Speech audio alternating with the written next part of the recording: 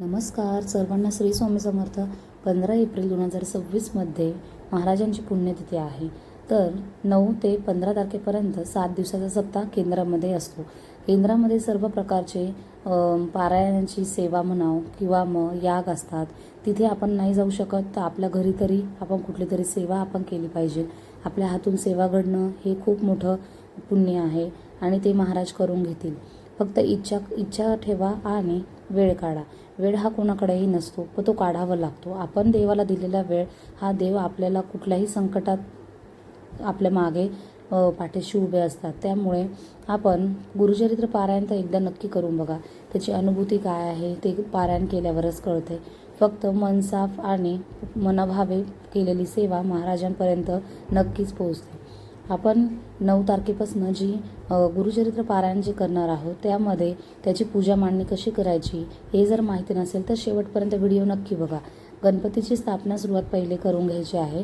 त्यानंतर आपण गणपतीच्या शेजारी कळशाच्या खाली तांदूळ आणि पान, सुपारी, फूल ठेवून आपण कळश स्थापन करून घ्यायचा आहे. नंतर महाराजांचा फोटो, मूर्ती जे काही तुमच्याकडे असेल ते स्वच्छ पुसून त्या पहिल्या दिवशी ही स्थापना पूर्ण करायची असते. महाराजांचा फोटो पुसून त्याला अष्टगंध लावायचा, केशरी अष्टगंध. त्यानंतर आपण फूल, हार जे काही आपल्याकडे असेल ते आपण महाराजांना अर्पण करायचं आहे. फुलांची माळ लावून द्यायची आहे. त्यानंतर आपण धूपदीप दाखवायचा आहे आणि लोट्यामध्ये साईडने आपण त्यांच्यासाठी जल ठेवायचं आहे. ते जल आपण ग्रहण करायचं असतं रोज संध्याकाळी. आणि त्याचप्रमाणे आपण महाराजांना जे काही पहिल्या दिवशी मांडणी करणार आहोत त्याच्यामध्ये फळ ठेवायचं असतं आणि माळ असेल तर ही माळ आपल्याला जपायची असते. ज्यावेळेस आपण वाचन करतो त्याआधी ही माळ जपून घ्यायची. त्यानंतरच गुरुचरित्र पारायणाला सुरुवात करता येते. फळ ठेवताना, कुठलाही नैवेद्य ठेवताना आपण असं मंडल काढून त्यानंतर आपण 3 वेळेस गायत्री मंत्र म्हणायचं असतं. ओम तत्सवितुर्वरेण्यं भर्गो देवस्य धीमहि धियो यो प्रचोदयात्. ओम तत्सवितुर्वरेण्यं भर्गो देवस्य धीमहि धियो यो प्रचोदयात्. असं 3 वेळेस फिरवून नंतर महाराजांपर्यंत पोहोचवायचं असतं.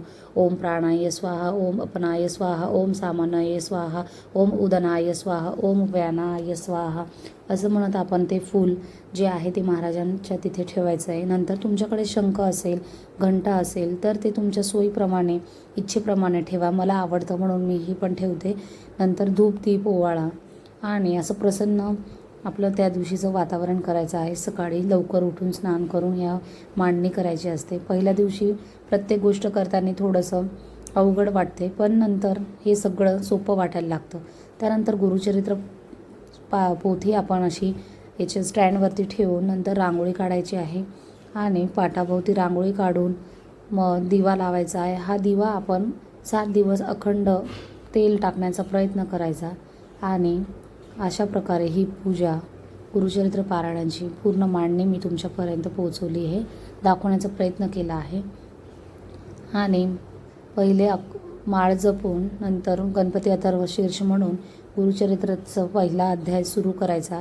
पहिल्या दिवशी 1 ते 9 अध्याय असतात. अशाप्रमाणे 7 दिवस आपले ठरवलेले अध्यायप्रमाणे आपण वाचन करायचं असतं. आणि वाचनानंतर आपण महाराजांची कुठलीही आरती तुम्हाला जी येत असेल ती आरती तुम्ही म्हणायची आहे. आणि बनवलेला जो कांदा, लसूण वर्ज्य असलेला नैवेद्य आपण महाराजांना ठेवून नंतर आपण तो ग्रहण करायचा आणि सकाळ संध्याकाळ आरती करून आणि शेवटी रात्री विष्णू सहस्रनामाचं पठण करावंच लागतं. ते पठण केल्याच्या नंतर आपण ग्रंथ झाकून ठेवायचा वाचल्यानंतर आणि अशा पद्धतीने 7 दिवसाचं पारायण आपण पूर्ण करायचं असतं. आजच्या व्हिडिओमध्ये आपण गुरुचरित्र पारायणाची मांडणी बघितली आहे. तसेच 7व्या दिवशी आपण सांगता कशी करायची तेही मी तुम्हाला नेक्स्ट व्हिडिओमध्ये दाखवणार आहे. फक्त तोपर्यंत चॅनलला सबस्क्राईब करा, लाईक करा, शेअर करा अँड कमेंट करा. भेटूया नेक्स्ट व्हिडिओमध्ये. धन्यवाद.